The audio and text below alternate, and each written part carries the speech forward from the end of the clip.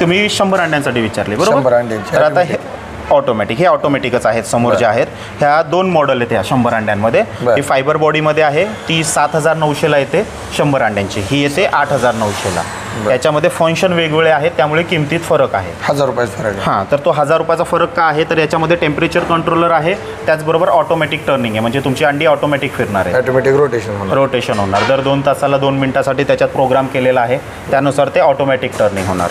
याच्यात पण त्या सेम 2 फंक्शन याच्यात पण आहेत, पण याच्यात अजून ॲडिशनल एक फंक्शन आहे, तो ह्युमिडिटीचा आहे. याच्यात ह्युमिडिटीचं पण फंक्शन आहे आणि त्याला कंट्रोल करण्यासाठी फॉगर पण आहे. तर ते 2 फंक्शनल एक्स्ट्रा वाढल्यामुळे त्याचे जे कॉस्टिंग वाढलेले आहे त्यानुसार त्याची किंमत आहे. बाकी मशीन ॲज इट इज असते, काही फंक्शन वाढल्यामुळे ते किमतीत बदल पडतो. आता असे 50 अंड्यांचे 2 ट्रे येणार याच्यात. आता हा एक ट्रे आहे, असाच हा 2 ट्रे येणार. 2 ट्रे, हां, म्हणजे हे वरती एक येणार, खाली एक येणार, असे 2 ट्रे येणार. आणि मशीन सेमच आहे ना? सेम, आतून सेमच असते. फंक्शन जे याच्यानुसार जे फंक्शन बदलले गेले तेवढंच फक्त बदल असतो. 7900, ही 8900, ती 7900. 7900, 8000. आणि ह्युमिडिटीज काय बोलला तुम्ही? याच्यामध्ये कसं आहे, आता हा पाण्याचा डब्बा आहे, याच्यात फॉगर ठेवला जातो, म्हणजे पाहिजे तेवढी ह्युमिडिटी तो स्वतः कंट्रोल करतो. हा कंट्रोलर स्वतः कंट्रोल करतो. म्हणजे आपण याच्यात पाणी फक्त रिफिल करायचं आणि त्याच्यात ठेवताना गरम ठेवायचं. हां, ते गरजेचं आहे. आणि याच्यात आहे असं नॉर्मल ठेवायचं. याच्यात आहे असं नॉर्मल ठेवा, कमी झालं तर फक्त रिफिल करा. त्याच्यामध्ये कंपल्सरी तुम्हाला पाणी गरम करून ठेवणं गरजेचं आहे, दिवसात एकदा किंवा 2दा. आणि त्यात अंडी रोटेशन वगैरे होते. त्याच्यात पण ऑटोमॅटिक ना, सेमच आहे ना, ॲज इट इज मशीन. काय सांगतोय, मशीन सेम, फक्त फंक्शन वाढले. याच्यात फंक्शन वाढले. याच्यात पण तुमचे 2 ट्रे येणार, 50 अंड्याचे. तेच पाणी ठेवण्यासाठी भांडं आहे ते. आणि ट्रे असा वरती एक वरती एक. आता जसा हा एक खाली बसलाय, तो एक वरती बसलाय, तसा सेम दोघांमध्ये बसणार.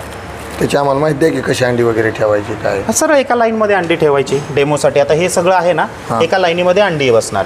एक सरासरी एका ट्रेला दोन्ही ट्रे मिळून 95 ते 100 अंडी बसतात. म्हणजे आम्ही सांगताना याला 90 ते 100 अंड्यांचं मॉडेल असं म्हणतो, कारण की अंड्यांच्या साईजनुसार क्वांटिटी कमी जास्त होतात. तर म्हणून सांगतानाच 90 ते 100 सांगूनच देतो.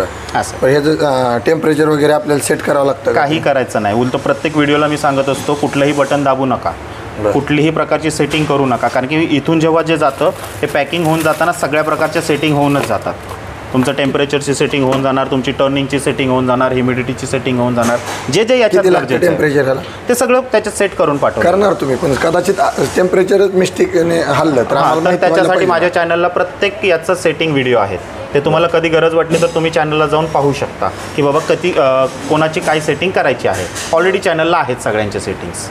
तुमचं 3 ठिकाणी ते तुमचं बारामतीत आहे का? ते तुमचंच आहे का? हां, माझंच आहे. बरं, कारण 3 नंबर आहेत त्याच्यावर. हां, मग ते आमचेच आहेत.